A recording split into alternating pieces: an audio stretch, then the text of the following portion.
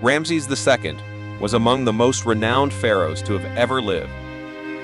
Throughout his impressive reign of 66 years, Ramses achieved numerous victories and had them depicted on the walls of monuments he had built in his name. The key to his accomplishments lay in his father's meticulous training that prepared him well for the throne, and in the stable kingdom he inherited. However, neither he nor his father were born of nobility. Their ascendancy to the throne was unexpected. The reasons behind Ramses II's rise to power, despite not being of noble birth. To understand these causes, one needs to travel back roughly 50 years before Ramses II was born, to the time of 4th Amenhotep. Like many pharaohs of ancient Egypt, the exact year Amenhotep ascended to the throne remains uncertain. Yet, the prevailing belief is that he began his rule around 1352 BCE. In the first 5 years of his reign, after consolidating his authority over the throne, Amenhotep renounced Egypt's local deities and commanded his people to worship only the sun disk Aten.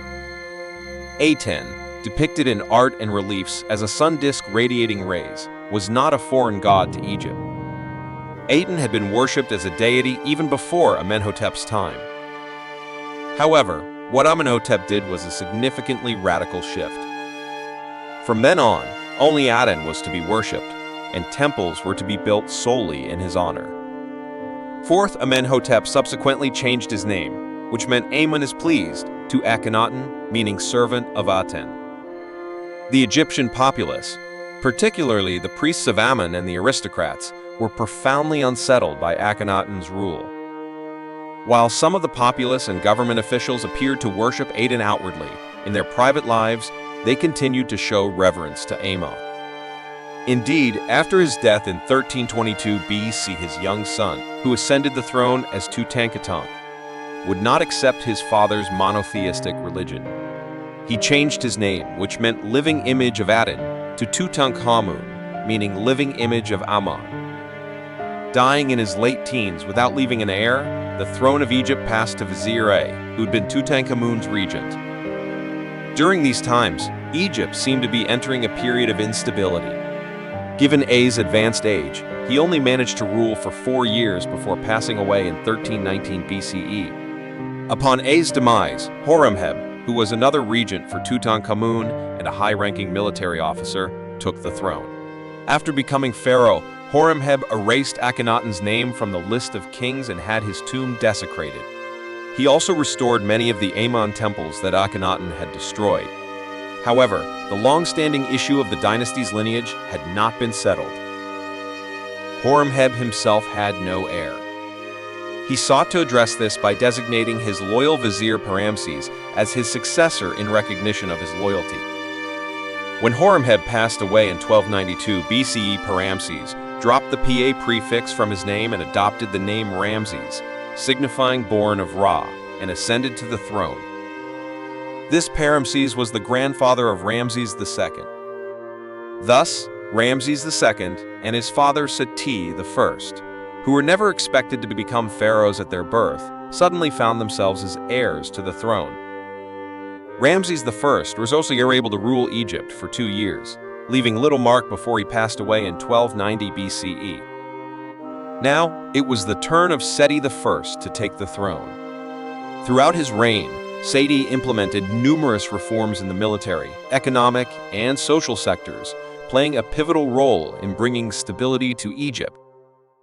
Seti also took great care in grooming his son, Ramses II, for future kingship. By the age of 14, he had declared him as his successor. To ensure the continuation of their lineage, he established a harem for his son and, at the age of 15, arranged his marriage to the future queen, Nefertari. The most significant military campaign during Seti I's rule was the Asian expedition in 1279 BCE. During this expedition, Seti incorporated the Canaan region into Egyptian territory, defeated the Hittites, and captured the kingdoms of Uphi, Amarul, and Kadesh. Ramses II accompanied the army during this campaign. The purpose was to provide Ramses, the future pharaoh, with military experience. The expedition was a success. However, its outcomes weren't long-lasting. Upon Seti's return to Egypt, Kadesh and Amaro once again fell under Hittite control. That same year, Seti passed away, and his son Ramses ascended to the throne. Now, the most powerful man in Egypt was Ramses. Ramses II, at 24, took the throne as a young pharaoh with military experience. The first challenge he faced during his reign was the Showdown pirates, who inflicted significant damage on Egyptian trade. Today, the exact location where the Showdown people lived is not precisely known. Researchers believe they probably resided in southwest Anatolia or on the island of Sardinia. Furthermore, Egyptian sources also mention the Showdown pirates as allies of the Hittites. These pirates would capture trade ships coming to and from Egypt and pillage along the Egyptian coast, causing significant damage to the country's economy. In his second year of reign, around 1277 BCE, Ramses set a trap for these pirates. He placed a small trade fleet off the Nile River. When the sea pirates attacked the fleet, intending to capture it, Ramses unveiled his hidden warships, trapping the pirates. Many of the besieged pirates were eliminated by the pharaoh's soldiers, while the remaining ones were forcibly conscripted into the army. In this manner, Ramses II not only resolved the pirate threat to the Egyptian economy, but also bolstered his army with some of them. This success, achieved in just his second year of rule, was a sign of the accomplishments that awaited him during his reign. Ramses seemed to be effectively resolving regional issues. Ramses II's campaign into Asia was largely motivated by his desire to reclaim territories that had once been under Egyptian control. At that time, the city of Thebes was the capital of Egypt and was situated in the south of the country. However, for the logistical and strategic management of military campaigns in Asia, it was crucial to have a capital city closer to the Asian territories. To this end, Ramses relocated the country's capital to a new city he had built near the Pelusiac branch of the Nile River, Pi-Ramesses. This name means House of Ramses or City of Ramses. The city remained one of Egypt's most significant until around 1060 BCE, when siltation of the Pelusiac branch deprived the city of its primary water source, leading to its abandonment. By the fourth year of his reign, around 1275 BCE, Ramses had finished his preparations and embarked on his first military expedition into Asia. This campaign aimed to showcase Egypt's might and re-establish its influence in the region. Ramses initially secured control of Canaan and the Kingdom of Up, defeating King Bentashina and subsequently annexing the Kingdom of Amurru to Egypt. This meant that Ramses had successfully reclaimed all the territories his father had conquered, except for Kadesh. However, Ramses was not satisfied with just that. He had ambitions to expand further by capturing Kadesh and the lands beyond, solidifying Egypt's influence in the region. With this goal in mind, Ramses launched his Second Asian Campaign in 1274 BCE. The Egyptian army was organized into 4 divisions, each consisting of 4,000 infantry and 500 chariots. Leading the way was the Ammon division, commanded by Ramses himself. Following were the divisions of Ray, Ptah, and Seth, marching at intervals of about half an hour from each other. Chariots played a pivotal role in determining the outcome of battles. The Hittite army, in particular, placed great emphasis on their chariots. These chariots, pulled by 2 horses, allowed the warriors on board to use long spears and arrows to swiftly engage and target enemies from a distance. Additionally, chariots were effectively used to charge and break through enemy infantry lines. Egyptian chariots were lightweight, usually carrying 2 soldiers, a driver and a warrior. The Hittite chariots, on the other hand, were heavier and typically carried 3 soldiers. This allowed one to control the horses, while the other 2 focused on shooting arrows or using spears, thus providing a tactical advantage over their adversaries. In May 1274, Ramses set up camp at Rablah, located southwest of present-day Homs. As dawn broke, he proceeded to break camp, crossed the Orontes River to the west, and began advancing northwards towards Kadesh with his army. At this time, the vanguard of his army captured 2 Shasu Bedouins. They were brought before the pharaoh, presumably for interrogation, to gather intelligence about the Hittite forces and the terrain ahead. The events that followed would lead to one of the most documented battles of antiquity, the Battle of Kadesh. Initially, the 2 captured Bedouins resisted answering the pharaoh's questions. However, under the torture by Ramses' soldiers, they finally confessed that the Hittite king, Muwatalli, and his army were stationed near Aleppo. This was encouraging news for the Egyptians, as they had reached Kadesh earlier than expected, and now had the advantage of selecting the battleground. Ramses identified a suitable area just west of Kadesh to set up his camp, aiming to wait for the Ray and Pita divisions arriving from behind, and then to seize Kadesh before the Hittite forces arrived.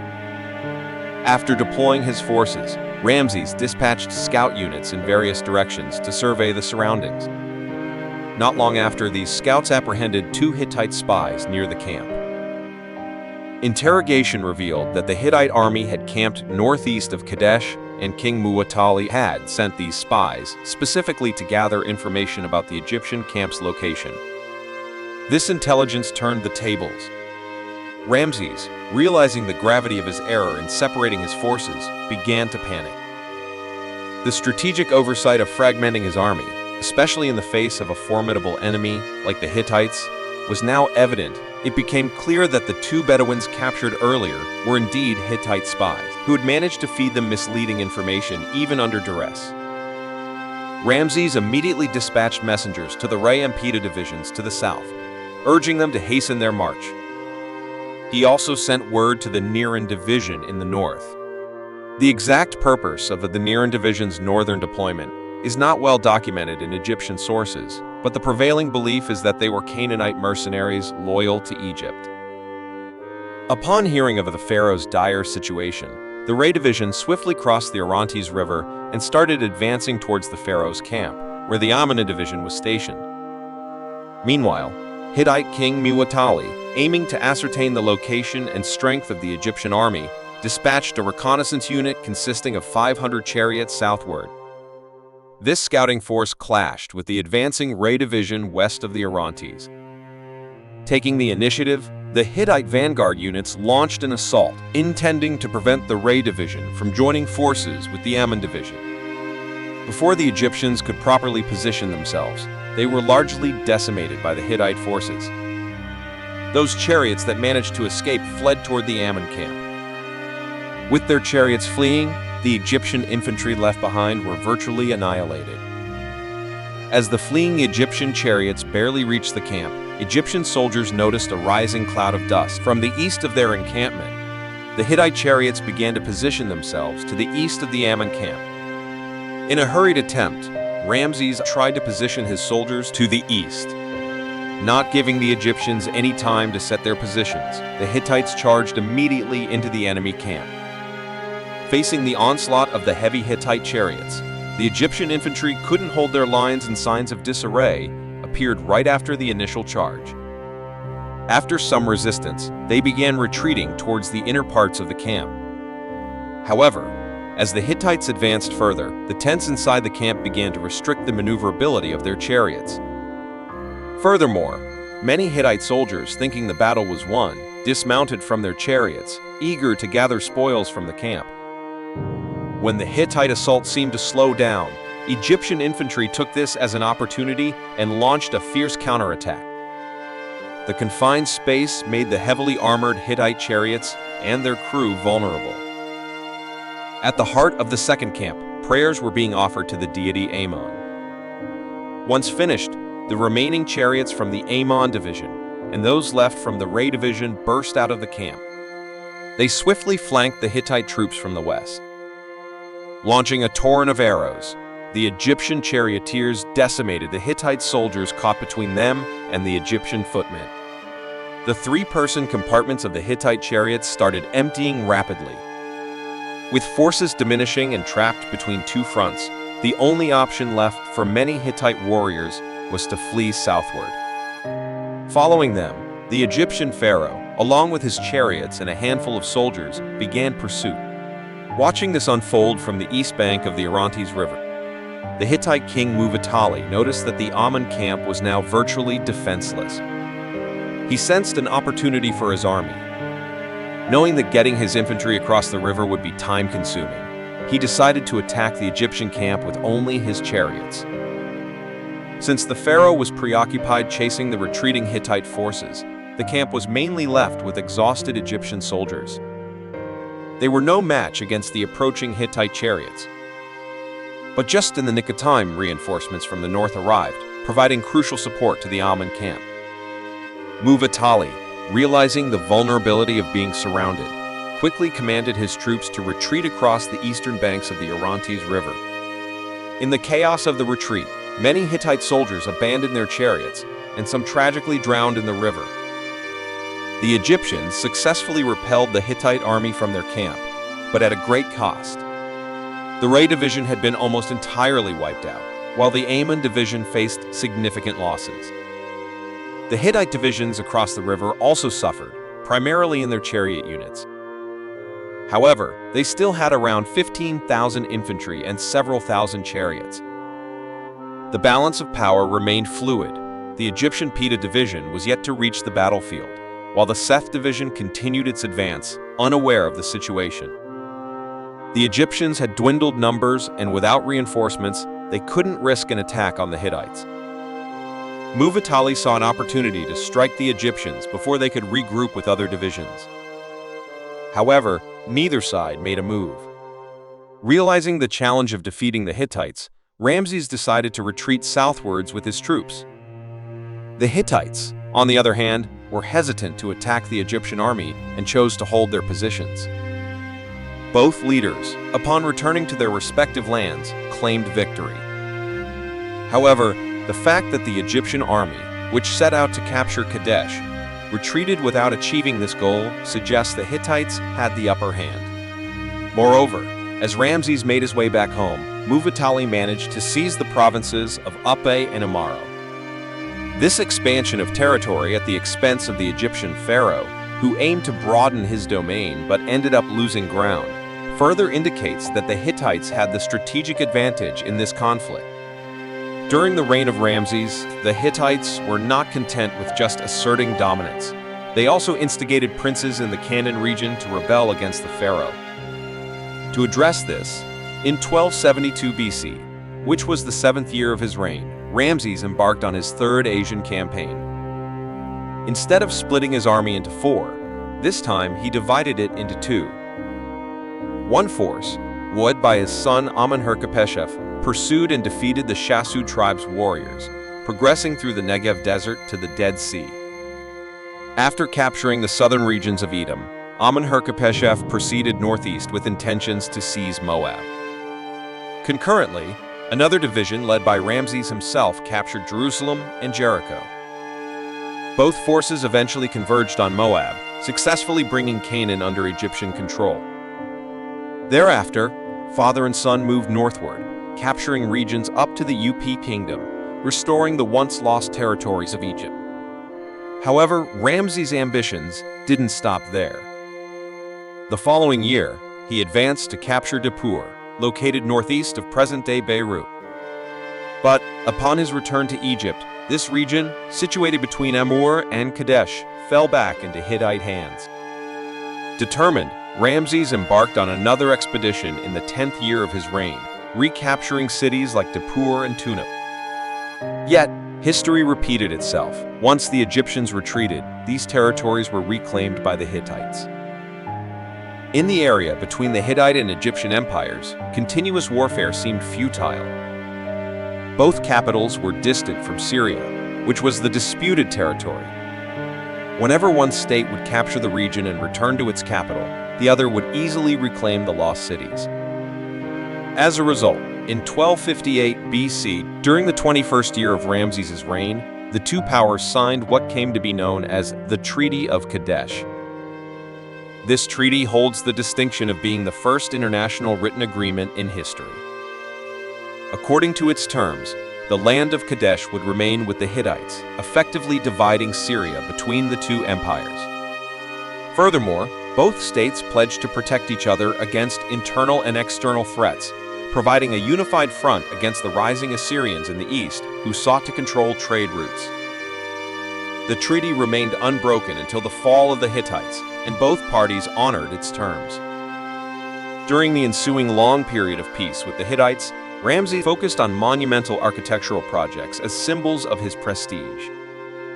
The most notable among these are the two temples at Abu Simbel.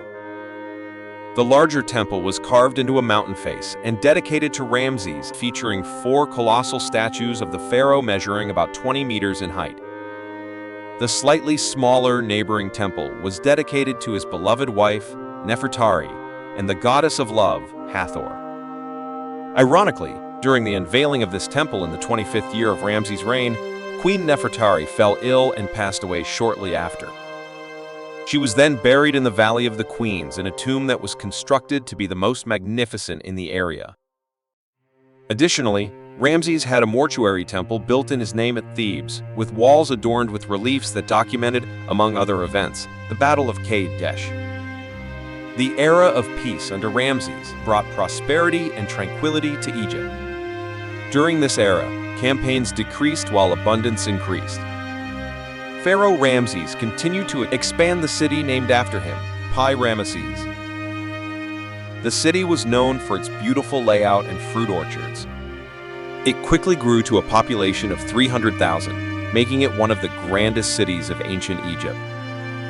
Outside of Pi-Ramesses, Ramses had many other monuments and landmarks named after him. The walls of many of these structures were adorned with depictions of his victories and the Treaty of Kadesh.